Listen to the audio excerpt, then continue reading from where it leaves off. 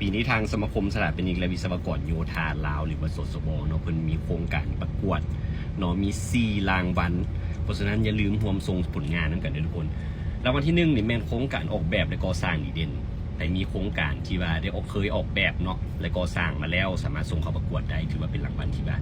ความภาคภูมิใจของสายอาชีพเลยทุกคนอันที่2ก็เป็นวิทยานิพนธ์ดีเด่นน้องๆที่ว่ามีผลงานเฮ็ดวิทยานิพนธ์ก็สามารถส่งเข้าประกวดได้เนาะทุกมหาวิทยาลัยบ่ว่าจะเป็นมจมสมสอันที่3แม่นเจ้าของโครงการดีเด่นเจ้าของโครงการก็ได้รางวัลนี่เนาะเพราะฉะนั้นท่านใดเฮ็ดโครงการใดที่ว่าดีเว้ยก็ลองส่งเข้าประกวดเบิ่งเนาะเจ้าของโครงการก็จะได้ไปและอันสุดท้ายนี่แม่นโครงการออกแบบดีเด่นก็คือ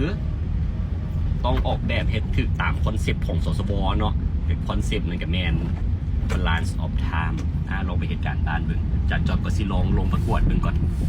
สิได้น้ำมูบ่รางวัลนี่อาจจะลืมเนาะร่วมกิจกรรมน้ำกัน